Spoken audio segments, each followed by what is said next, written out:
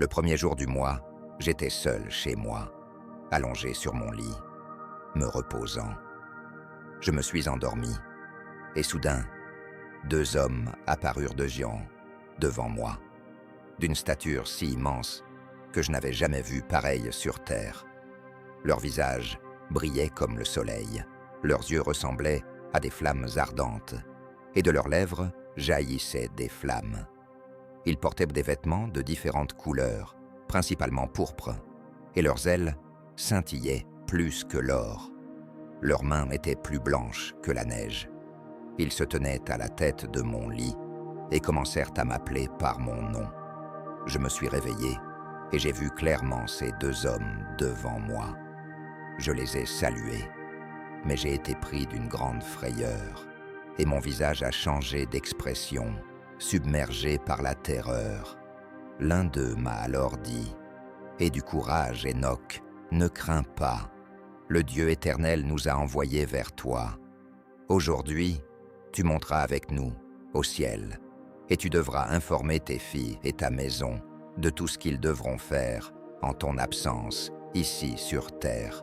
Que personne ne te cherche jusqu'à ce que le Seigneur te ramène à eux. » Je me suis empressé d'obéir. Je suis sorti de chez moi, suis allé à la porte comme on me l'avait ordonné, et j'ai appelé mes fils, Mezel, Régim et Gad, pour leur révéler toutes les merveilles que ces hommes m'avaient racontées. Et ainsi cela arriva. Après avoir tout raconté à mes fils, les anges m'ont pris sur leurs ailes et m'ont porté jusqu'au premier ciel, où ils m'ont déposé sur les nuages. J'ai regardé autour de moi, puis, en levant les yeux, j'ai vu l'éther. Ils m'ont placé dans le premier ciel et m'ont montré une mer immense, bien plus grande que la mer terrestre.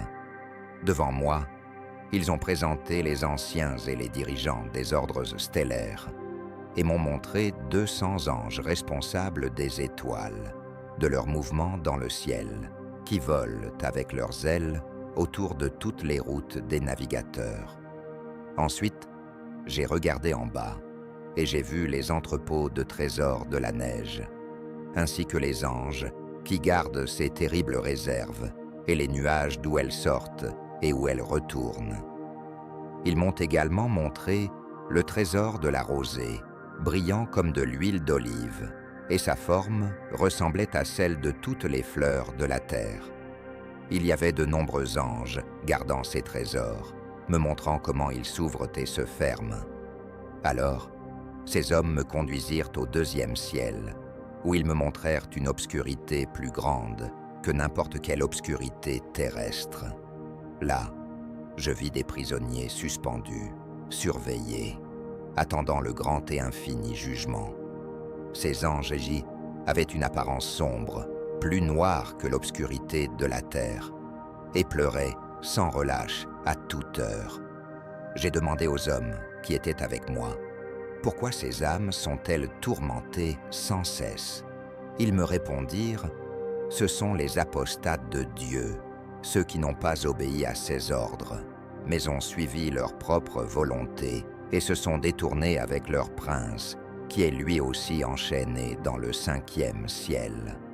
Alors, ces hommes me conduisirent au 3e ciel et m'y placèrent. En regardant vers le bas, je vis les fruits de ces lieux, d'une bonté telle qu'elle n'a jamais été connue sur terre. Je vis toutes les arbres en fleurs, chargés de fruits parfumés, et les nourritures qu'elles produisaient dégageaient des exhalations envoûtantes. Au milieu de tout cela se tenait l'arbre de vie, là où le Seigneur se repose lorsqu'il monte au paradis. Cet arbre est d'une bonté et d'un parfum ineffables, orné plus magnifiquement que toute autre chose existante. Ses branches, de toutes parts, ont l'apparence de l'or, du vermillon et du feu, recouvrant tout. Elle produit tous les fruits possibles, et sa racine est plantée dans le jardin, aux confins de la terre. Le paradis se trouve entre la corruptibilité et l'incorruptibilité. 2 sources en jaillissent, envoyant du lait et du miel, tandis que d'autres sources produisent de l'huile et du vin.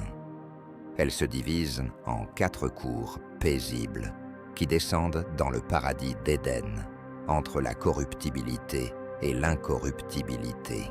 Ensuite, elles s'écoulent sur la terre, circulant comme les autres éléments. Ici, aucun arbre n'est stérile et chaque endroit est béni.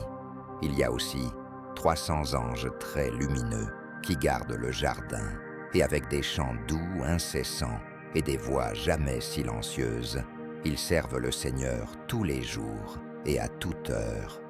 Les 2 hommes me conduisirent alors du côté nord, où ils me montrèrent un endroit terriblement effrayant.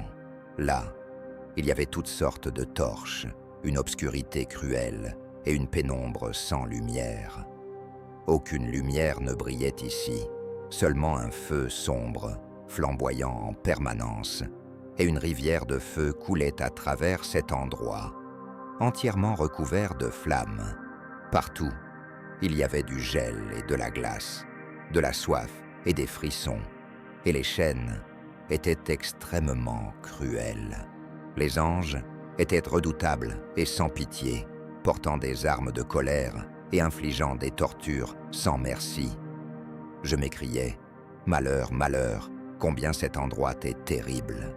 Et les hommes me répondirent « Cet endroit, ô Enoch, est préparé pour ceux qui déshonorent Dieu, qui sur terre pratiquent des péchés contre la nature, corrompent les enfants par des actes sodomites, des magies, des enchantements et des sorcelleries démoniaques. Ceux qui se vantent de leurs mauvaises actions, vol, mensonge, calomnie, envie, rancune, fornication, meurtre, et qui volent les âmes des hommes. Ceux qui, en voyant les pauvres, leur prennent leurs biens et s'enrichissent, causant du tort aux autres pour amasser des richesses. Ceux qui, pouvant nourrir les affamés, les ont laissés mourir de faim, et qui, pouvant vêtir les nus, les ont laissés exposés. Ceux qui n'ont pas reconnu leur Créateur et se sont inclinés devant des dieux sans âme, sans vie, qui ne voient ni n'entendent, des dieux vains. Ceux qui ont également fabriqué des images et se sont prosternés devant des œuvres impures. Pour tout cela, cet endroit est préparé pour une éternité d'héritage. Ces hommes me conduisirent alors au 4e ciel et me montrèrent tous les mouvements successifs, tous les rayons de lumière du soleil et de la lune. Je mesurai leurs mouvements et comparai leur lumière, voyant que la lumière du soleil est plus grande que celle de la lune.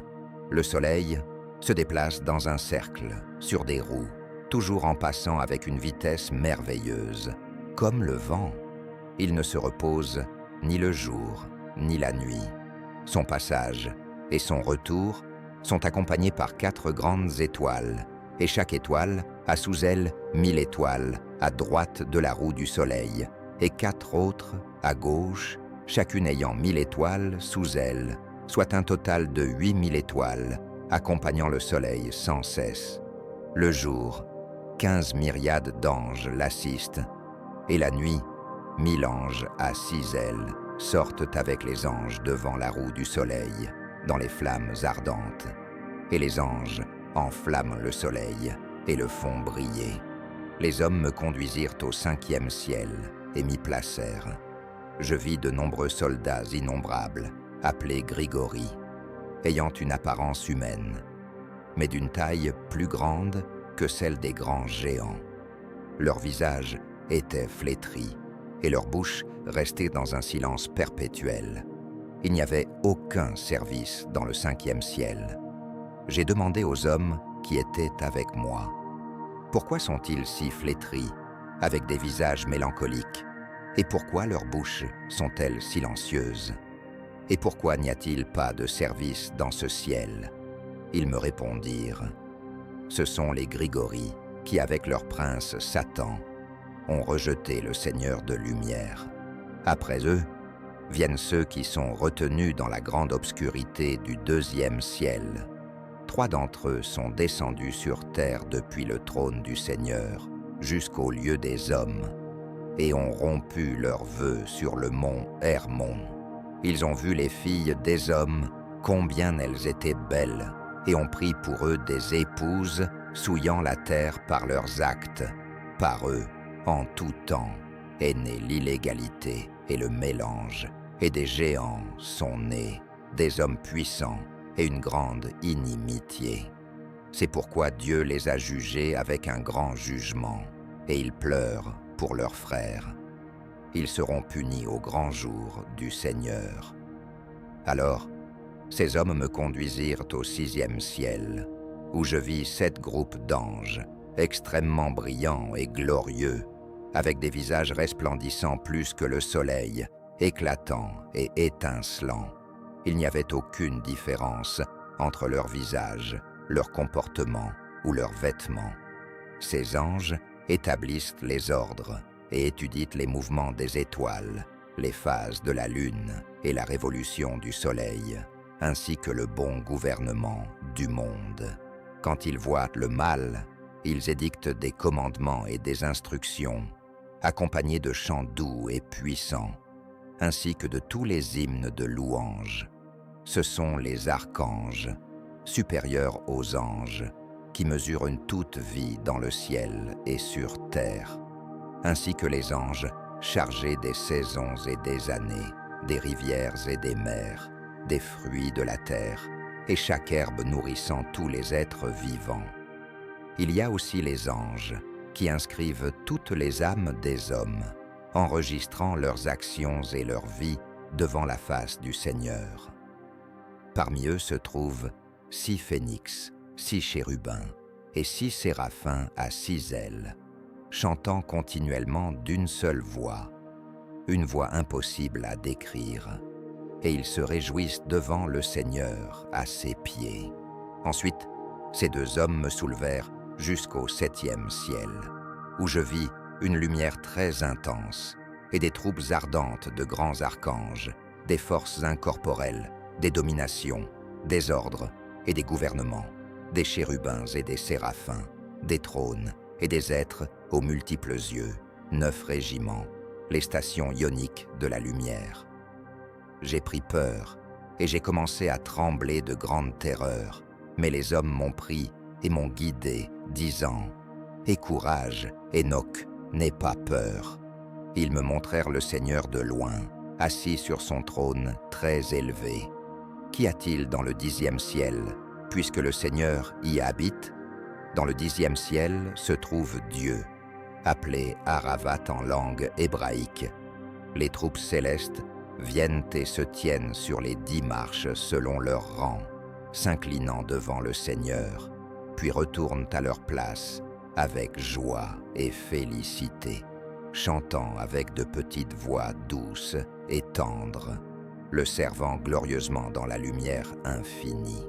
Et je vis le 8e ciel, appelé en langue hébraïque Mouzalot, où se changent les saisons de sécheresse et de pluie, et où sont les 12 constellations du cercle du firmament, au-dessus du 7e ciel. Puis je vis le 9e ciel, appelé en hébreu Kushavim, où se trouvent les demeures célestes des 12 constellations du cercle du firmament. Au 10e ciel, appelé Aravot, je vis l'apparence du visage du Seigneur, semblable à du fer chauffé au feu, émettant des étincelles et brûlant. Ainsi, je vis le visage du Seigneur, mais sa face est indescriptible, merveilleuse, redoutable et extrêmement terrifiante. Et qui suis-je pour parler de l'être ineffable du Seigneur et de son visage si merveilleux? Je ne peux décrire la multitude de ses instructions, ni la diversité de ses voies. Le trône du Seigneur est immense, et non fait de main d'homme, et je ne peux dénombrer ceux qui se tiennent autour de lui, les troupes de chérubins et de séraphins, ni leurs chants incessants, ni sa beauté immuable. Qui pourrait décrire la grandeur ineffable de sa gloire? Je tombais alors, face contre terre, et me prosternais devant le Seigneur. Et le Seigneur de ses lèvres me dit « Aie du courage, Hénoch, ne crains pas, lève-toi et tiens-toi devant ma face pour l'éternité. Et l'archange Michel me releva et me conduisit devant la face du Seigneur. Et le Seigneur dit à ses serviteurs, les mettant à l'épreuve, que Hénoch reste devant ma face pour l'éternité.